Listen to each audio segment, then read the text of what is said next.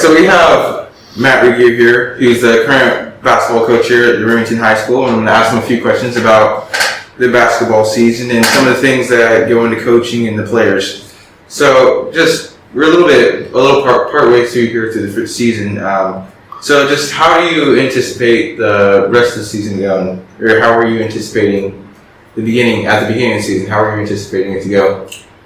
Well, it's kind of a weird year to predict because of COVID. Thought we'd probably have some games canceled, and we did. I feel like right now we're in a pretty good spot. Played our first game, and then we're quarantined, missed 5 games that I thought were pretty winnable and a good part of our schedule. But we're playing well right now, and we made up, I think, a lot of the time that we missed there in December. As far as the rest of the season, we're going to get into league play, and so we'll be in with some familiar opponents, some pretty tough opponents the rest of the way out. So I'm glad we're playing well and not coming right off Christmas break into a really tough part of our schedule. So tell us about your coaching staff and the experience that each one brings to RHS basketball. I've been really blessed with a good coaching staff. So this is my 5th year as head coach at Remington. We brought on Coach Wietrich last year, and he was head coach at Bluestem for I think 9 years. Brings a lot of basketball savvy to us. He's got a lot of drills, and he's helped me become a better coach that way. Coach Jones is kind of a workhorse. He does a lot of the little things that people don't notice, whether that's taking the C guys to a tournament or helping with the laundry or staying late if we have to take off. And then he's also a really good fundamental coach, especially for our younger guys, making sure that they learn our system and figure out what it means to play high school basketball. Well, so who are your returning starters from last year, and what unique aspects do they bring to the team?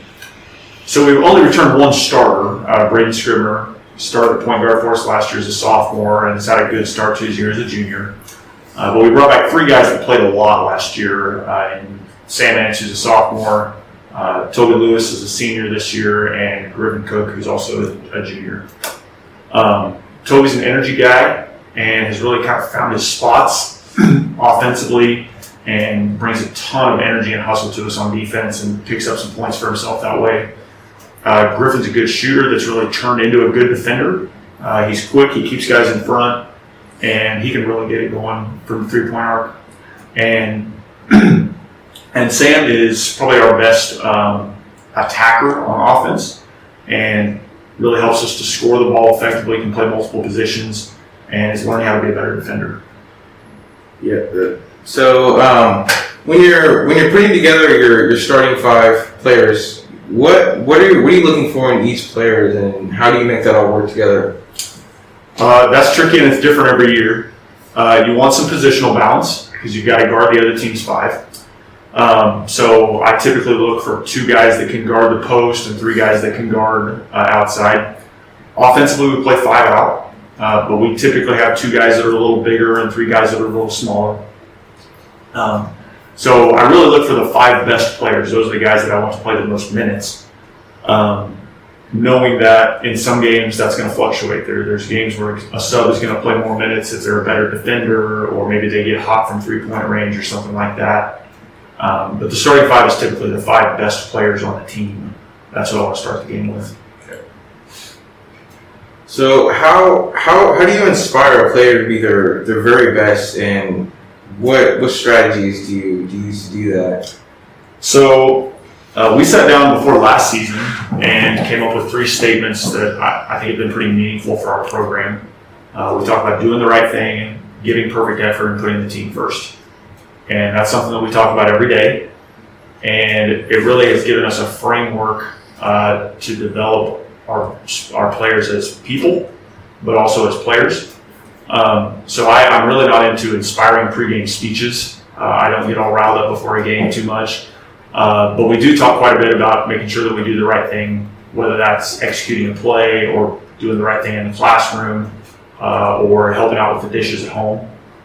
We talk a lot about giving perfect effort, mentally and physically, and that we're engaged all the time. And then we're going to put the team first in everything that we do. It's not about individual accolades or scoring a lot of points. We want to make sure the team is successful. So just one final question here for you. As a Remington basketball coach and teacher, what do you want to be most remembered for when you leave? That's a good one. My favorite part of coaching is the opportunity to help young men be successful. And success means different things for different guys. Sometimes success is winning a ball game on a Friday night. Sometimes it's being a part of a team. And sometimes it's just growing up and figuring out how to be a man. So I want to be remembered as someone that helped young men be successful and helped them grow into men and not stay boys. It really upsets me when I see someone go through high school or maybe go through a program and not grow as a person. I think if you're growing as a person, you're probably going to become a better basketball player, and that's going to have a much longer effect on you. Thank you. Those are a lot of good answers you have to those questions. Thank you for your time. All right, thanks, David.